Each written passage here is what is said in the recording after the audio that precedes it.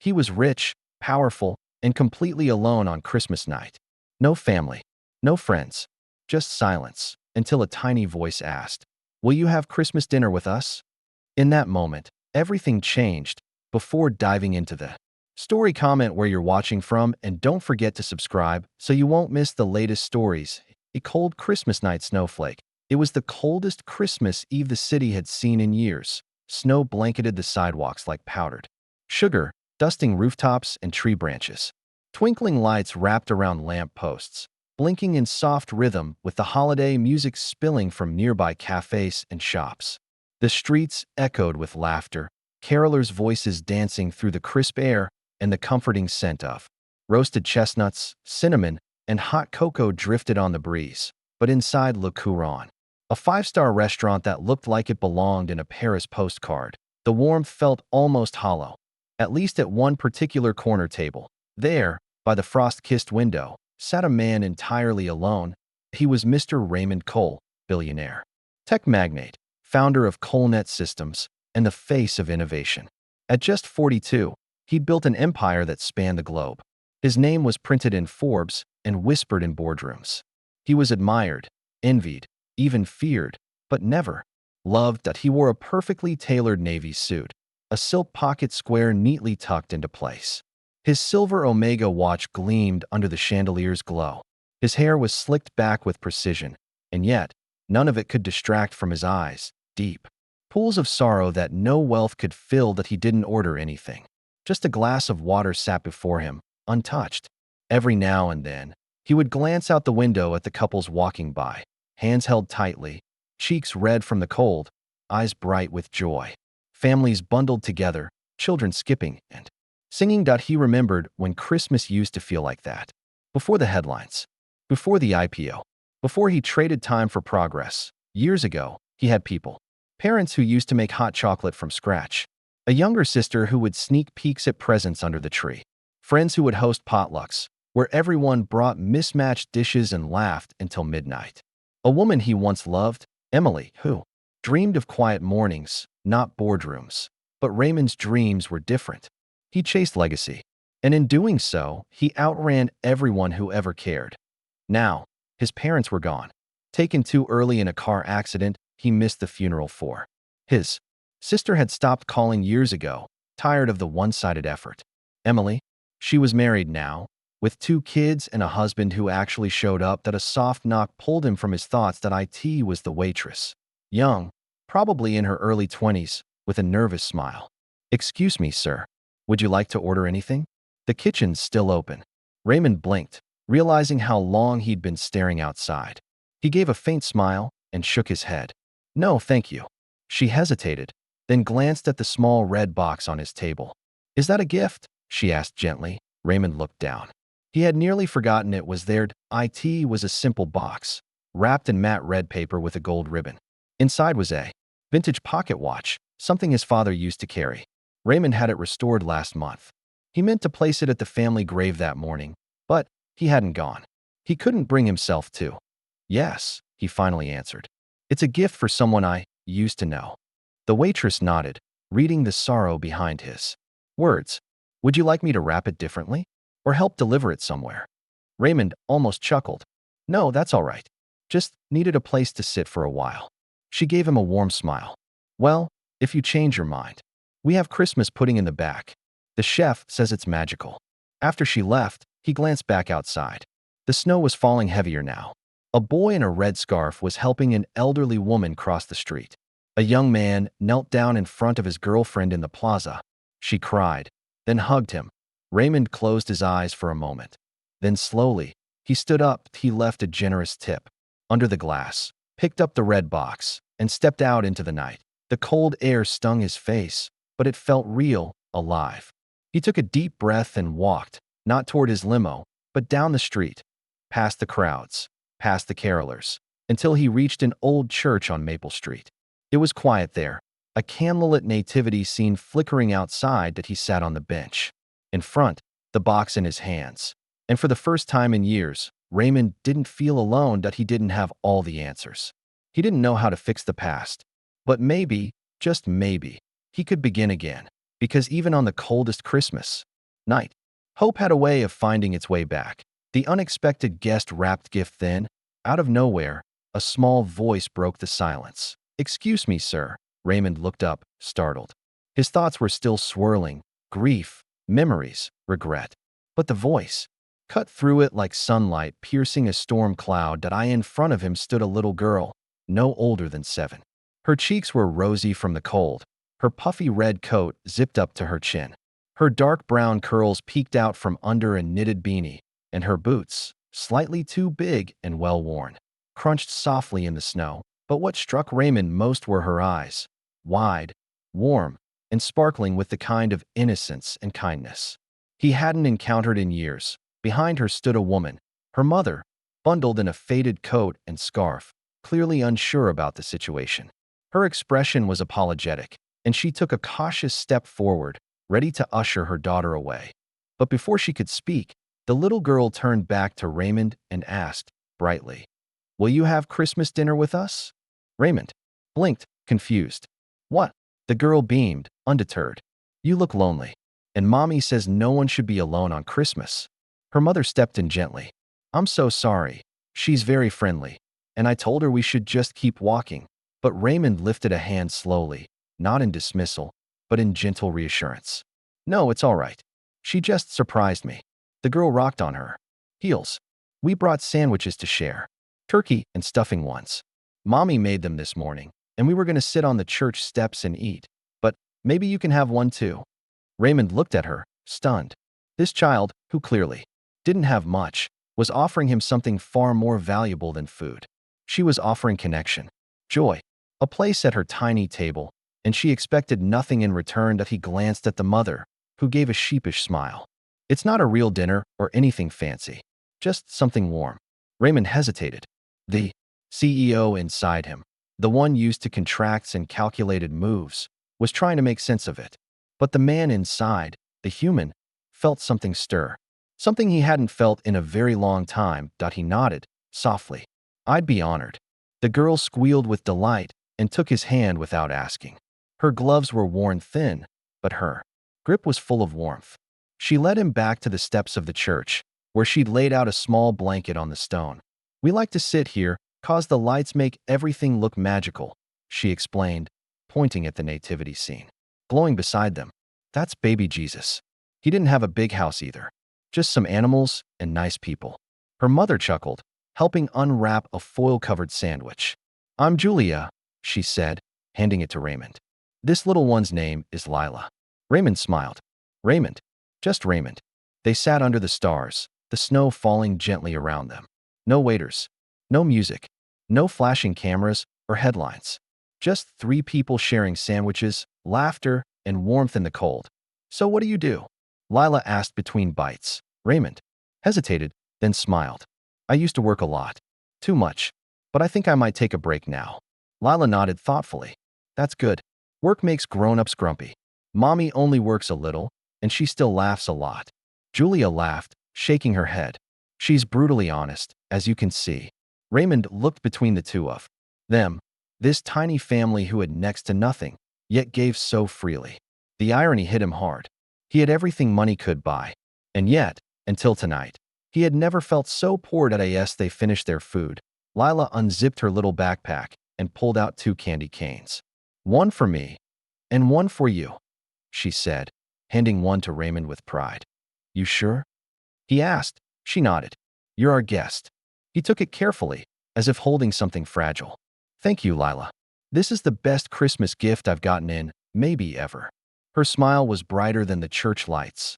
Later, when they stood up to leave, Raymond gently asked, "Would it be all right if I walked you both home?"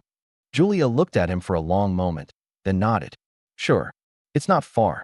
As they walked through the quiet streets, Raymond carried something more valuable than the red box in his coat pocket. He carried a memory, a lesson that no boardroom could teach, that sometimes the richest people are the ones with the fullest hearts, and that even on the coldest Christmas night, when all seems lost, one unexpected guest can become the reason you find your way back to life. An invitation. From the Heart Love Letter.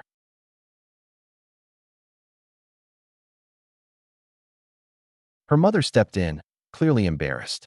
I'm so sorry, sir. She's just being friendly. We'll leave you. But Raymond raised a hand gently, his expression softening. No, it's okay. He looked down at the little girl, who was still standing bravely in the snow, her eyes wide with hope and sincerity. The innocence in her face, so pure, so unfiltered, made something stir inside him. A part of his soul that had been buried beneath layers of years, profit margins, and corporate battles. He bent slightly to meet her gaze. What's your name? Lily. She beamed, with the proud confidence only a child could carry. And we're having dinner just across the street at our apartment. Nothing fancy, but Mommy makes the best mashed potatoes ever. Julia, her mother, gave a soft chuckle, her cheeks red from the cold and the awkwardness. Lily, she warned gently, though there was no real reprimand in her tone. But Raymond's face changed. His smile wasn't forced this time. It was real. Fragile, maybe, but genuine. He could have done what he always did, politely decline, offer them money out of guilt, and return to the cold safety of isolation. But something cracked at a thin fissure in the walls he'd built for years. He stood slowly, tucking the small red gift box into his coat pocket. Well, he said, brushing snow off his sleeves, I'd never say no to the world's best mashed potatoes. Lily's face lit up like the lights above the church behind them. She reached out her mitten-covered hand without hesitation, and without thinking, Raymond took it. Lead the way, Lily. They crossed the quiet street, snow crunching beneath their feet. The apartment building was modest, older, with ivy crawling up its brick walls and a rickety wooden door that creaked as they entered. The lobby smelled faintly of pine and something sweet baking in one of the units above. They climbed 2 flights of stairs. Raymond noticed the worn carpeting, the mismatched doormats. Nothing about the building screamed wealth, but it felt more alive than any luxury hotel he'd ever stayed in. Julia unlocked the door to their apartment. It was small, 2 rooms and a tiny kitchen, but it radiated warmth. A string of colorful lights flickered along the window. A miniature Christmas tree stood proudly in the corner, decorated with handmade ornaments and popcorn garland. The scent of roasted vegetables and something buttery wafted through the air. Make yourself at home, Julia said, brushing snow off her coat and hanging it by the door. Raymond stepped inside, feeling oddly nervous. He hadn't been in someone else's home in years, maybe a decade. He looked around, absorbing every detail. The stack of children's books by the couch, the crayon drawings taped to the fridge, the framed photo of Julia holding a much younger Lily on a beach somewhere sunny that he felt out of place. But also, welcomed, Lily darted toward the kitchen. I'll help set the table, she called excitedly. Julia motioned to the couch. Please sit. I'll have dinner ready in just a few minutes. Raymond lowered himself onto the sofa, its cushions slightly lumpy, but surprisingly comfortable. He watched as Lily carefully placed 3 mismatched plates on a small round table, humming jingle bells under her breath. Dinner was simple. Mashed potatoes, roasted carrots, some homemade stuffing, and warm bread. But it was made with love, and that made it feel like a feast. They sat together, and for the first few minutes, Raymond just listened. Lily talked about her school play and how she wanted to be a doctor for animals. Julia gently reminded her to chew with her mouth closed. They laughed, they shared stories, and slowly, Raymond began to speak. He told them about growing up in a small town, about his mother's pecan pie, his dad's jokes, and how Christmas used to be his favorite time of year. Lily asked, "Why don't you spend it with your family now?" The question caught him off guard, but he answered honestly. "They're gone," he said quietly. "And somewhere along the way, I got too busy to make new memories." There was a beat of silence. Then Lily slid her bread roll across the table to him. "You can have mine," she said softly. "To make a new memory." Raymond smiled, eyes glistening. He didn't say anything for a moment. He just nodded and took the bread. After dinner, they sat by the small tree. Lily insisted they each open 1 candy cane from the box her teacher had given her. They toasted with peppermint sticks like they were glasses of champagne. When it was time to leave, Raymond stood by the door and paused. "Thank you," he said, his voice low and full of something he hadn't felt in years. "For inviting me in." Julia smiled. "You're welcome anytime." Lily grinned. "We'll save you a plate next year, too." Raymond stepped out into the cold, but this time, it didn't feel so cold at all, because sometimes the greatest gifts don't come wrapped in ribbon or glittering boxes. Sometimes they arrive in the form of a child's voice. And an invitation from the heart that a table full of warmth pata food. Their apartment was small, just 2 rooms and a tiny kitchen, but it pulsed with something far greater than space. Warmth. Strings of colorful lights flickered across the window pane, casting a soft glow over the worn wooden floor. Paper snowflakes Lily had cut out herself hung from the ceiling with string and tape, swaying gently as she rushed to the table. On the wall, a construction paper wreath with scribbled red crayon. Letters read, "Merry Christmas." The couch was frayed. The table had a wobble, but the entire space radiated love. "Here, Mr. Raymond. You get the comfy chair," Lily chirped, dragging a chair with a cushion toward him. "There are only 3. Her mother, Sophie, as he had finally learned, said with a laugh. "But you're our guest, so you get the good one." He smiled, touched. "Thank you, Lily." Raymond sat, still in his perfectly tailored suit, but feeling strangely out of place in the best way. There were no glass walls, no polished mahogany tables, no clinking of fine cutlery or the quiet hum of hired musicians. Instead, there was the clatter of mismatched plates, the pop of an oven door opening, and the giggles of a little girl setting the table with pride. Dinner was ready in minutes. The table wasn't overflowing with dishes, but everything on it was made with care. A roasted chicken, slightly crisp on the edges. Creamy mashed potatoes dotted with fresh herbs. A bowl of homemade cranberry sauce, still steaming from the stove. Warm bread, clearly hand-kneaded, wrapped in a cloth napkin. It wasn't extravagant. It was perfect. Sophie poured water into 3 chipped glasses. "Sorry, we don't have any wine." Raymond chuckled. "This is far better than any bottle I've had in years." They sat, hands resting on the table's edge.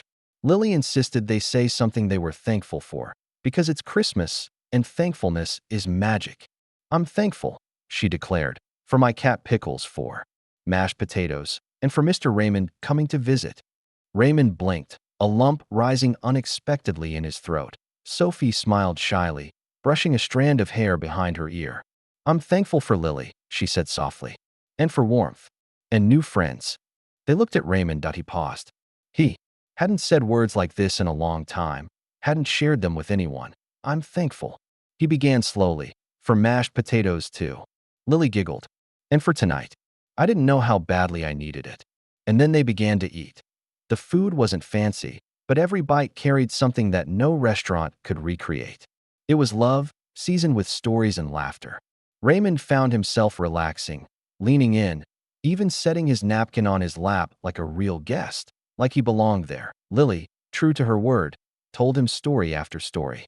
About her school's Christmas concert, "I got to be an elf and ring a real bell." About Pickles the cat, who was probably more dog than cat. And about her dream to one day be a Christmas helper who traveled the world delivering hugs. Raymond listened, captivated, as if every word she spoke was more valuable than the quarterly earnings reports he used to obsess over. He watched Sophie move gently between bites, refilling their glasses, smiling quietly, asking Raymond questions with genuine curiosity. Not once did she mention his company or his wealth. Not once did she treat him like someone powerful.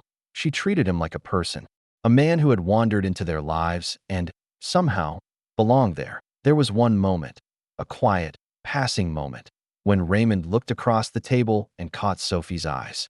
She held his gaze for just a second longer than expected, and something unspoken passed between them. It wasn't romance, not yet. It was recognition. Two souls who'd known silence, finding warmth in someone else's presence. And then it happened. Raymond laughed. Not the clipped, strategic chuckle he used in business meetings. Not the polite smirk at gala speeches, but a real, deep laugh. It started with Lily's retelling of how Pickles once got his head stuck in a cereal box, and it built until Raymond had to set his fork down, shoulders shaking, his heart somehow light. For the first time in years, Lily joined in, giggling like she had just won a prize. Even Sophie laughed, eyes twinkling as she wiped her hands on her apron. That moment, 3 people, laughing around a modest table, surrounded by dollar store decorations and flickering lights, felt more extravagant than any banquet hall Raymond had ever stepped foot in. He realized then that this was the kind of dinner his soul had longed for. One filled with warmth, honesty, and people who gave simply because they cared. For the first time in decades, the emptiness inside him didn't feel endless. It felt like it was being filled, slowly, carefully, by kindness, mashed potatoes, and the sound of a child's laughter. And in that tiny, flickering apartment, Christmas finally came. A Christmas changed forever read hard after dinner. The three of them moved to the living room, where a tiny tree stood proudly in the corner.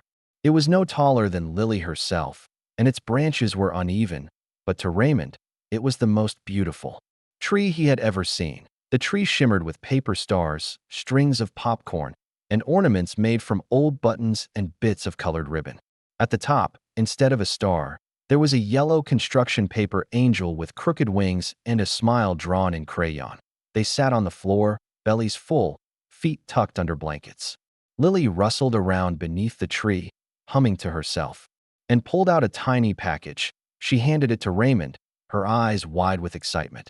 "It's not much," she said, holding out the small gift wrapped in white tissue paper and tied with a piece of yarn. "But I wanted you to have something." Raymond took it with both hands as if it were made of crystal.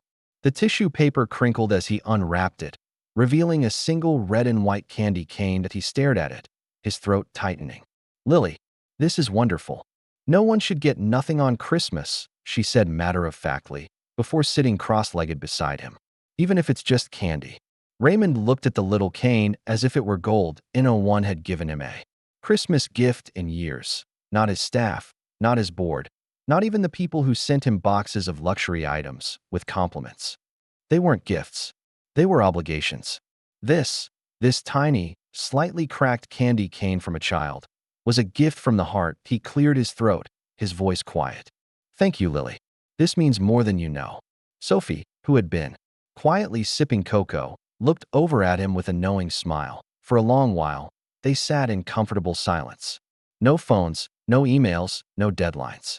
Just the soft crackle of a space heater, the blinking of rainbow lights, and the steady breathing of people who, though strangers just hours earlier, felt like family now. Eventually, the hour grew late. Lily started yawning mid-sentence and curled up on the couch with a fuzzy blanket and her stuffed penguin. Raymond stood slowly, reluctant to leave. Sophie walked him to the door, arms folded gently over her chest, her face kind but cautious. "It was really nice having you here," she said. Raymond hesitated. Then, he spoke with something unfamiliar in his voice. "Hope. Would it be all right if I saw you both again sometime?" Sophie looked at him, searching his face for any trace of insincerity. She found none.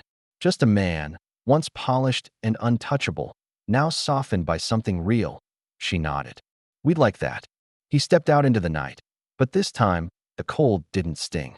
The snowflakes seemed to dance rather than fall. His breath misted in front of him as he walked, not back toward his car or the driver waiting down the street, but further, deeper into the quiet city. That night, he didn't return to his empty penthouse high above the skyline. That he wandered the snowy sidewalks with a full heart and a candy cane in his pocket, his most treasured possession. The next morning, as sunlight broke through the frosted windows of the city, Raymond sat alone in his study, not with spreadsheets or stock updates, but with a phone pressed to his ear. That he made one call, then another, and another. By noon, donations had been made to homeless shelters, community kitchens, children's hospitals, and orphanages all across the city. Not for a press release, not for a tax write-off, just because it was the right thing to do. But the most important change didn't happen with his money. It happened with his time. Raymond began visiting Sophie and Lily weekly. Sometimes he brought books, sometimes groceries, sometimes just himself. He helped Lily with her homework. He learned how to make mashed potatoes from scratch, Sophie's way.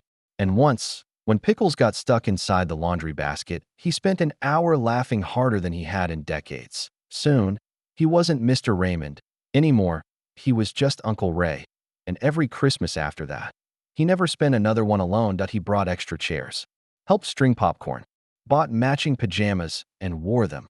Even though Lily said the reindeer print made him look funny and festive. He smiled in every photo, told stories from his childhood, and he never forgot to hang the candy cane Lily gave him on the tree. right in the center where it belonged. Sometimes, the richest people in the world are the loneliest, and sometimes, the smallest gestures, a seat at the table, a child's laughter, a simple candy cane, can fill the biggest holes in a person's heart. Never underestimate the power of kindness. It doesn't just change holidays. It changes lives. Red Heart, if this story touched your heart, don't forget to like, subscribe, and share it with someone who needs a little hope today. Sparkling Heart, we bring you heartwarming stories every week, because sometimes a small act of kindness can change a life forever. Thanks for watching, and we'll see you in the next story. Until then, stay kind and stay inspired. Glowing Star.